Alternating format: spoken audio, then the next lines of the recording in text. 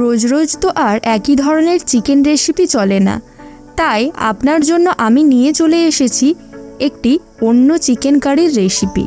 এই চিকেন কারির নাম Mughlai chicken মহারানি। Creamy texture এই চিকেন কারি তৈরি করা যেমন সহজ তেমনি খেতে সুস্বাদু। তাই চলুন দেরি না করে দেখে নেওয়া যাক বাড়িতে কিভাবে তৈরি করবেন এই চিকেন মোগলাই রেসিপি। প্রথমে আমি এখানে 600 গ্রামের মতো চিকেনকে ভালো করে ধুয়ে নিয়েছি। তারপর ওর গায়ে এইভাবে কাট লাগিয়ে নিয়েছি। এরপর আমি ওতে দিয়ে দেব 2 চামচ লবণ, 1 চামচ লেবুর রস,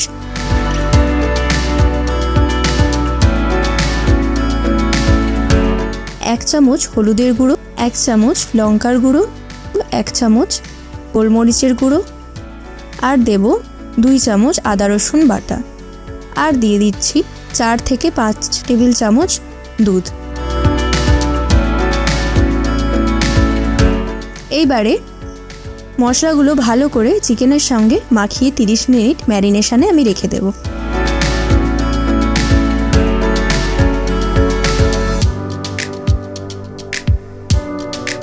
এরপর একটি প্যানে পর্যাপ্ত পরিমাণে সরিষার তেল নিয়ে নিলাম। তেলটা গরম হলে ওতে দিয়ে দেব 2টি কুচিয়ে রাখা পেঁয়াজ।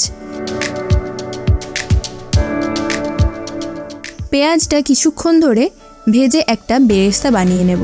পেঁয়াজটা অনবরত নাড়িয়ে চাড়িয়ে আমরা ব্রাউন কালার হতে দেব।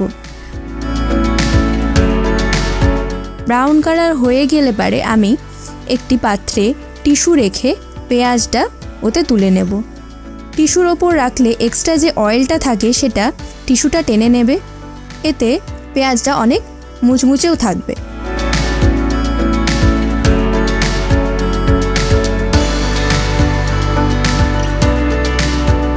ঠান্ডা হয়ে যাওয়ার পর দেখতেই পাচ্ছেন কতটা ক্রিস্পি হয়েছে বেরেস্তাটা। পেঁয়াজ বেরেস্তাটা আমি একটি মিক্সিতে দিয়ে দেব, আর দেব 8 থেকে 10টা কাজু। 8 থেকে 10টা কাজু আমি আগে থেকেই ভিজিয়ে রেখেছিলাম 10 মিনিটের জন্য। এবার একটি ভালো করে পেস্ট বানিয়ে নেব। এরপর ওই তেলেতেই দিয়ে দেব কয়েকটি গোটা গরম মশলা। গরম মশলাটা দেওয়ার 10 সেকেন্ড পর আমি এতে দিয়ে দেব 1 চামচ গোটা জিরে। মশলাটা থেকে ভালো গন্ধ আসলে পারে ম্যারিনেট করে রাখা চিকেনগুলো দিয়ে দেব। চিকেনগুলো দিয়ে আমি কিছুক্ষণ নাড়িয়ে নেব।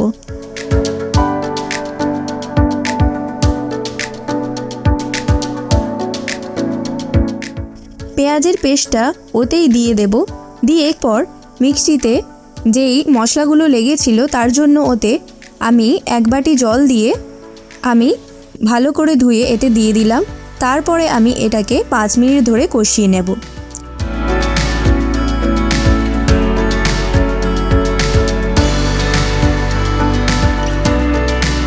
গ্রেভিটা যখন গাঢ় হয়ে আসবে তখন ওতে 1 বাটি জল দিয়ে ঢাকা দিয়ে আমি 5 থেকে 7 মিনিট রান্না করে নেব। 5 থেকে 7 মিনিট পর ঢাকা খুলে 1 চামচ গরম মশলা গুঁড়ো দিয়ে দেব। গরম মশলাটা ভালো করে মিশিয়ে গ্যাসটা বন্ধ করে দেব। ব্যাস রেডি আমার মোগলাই চিকেন।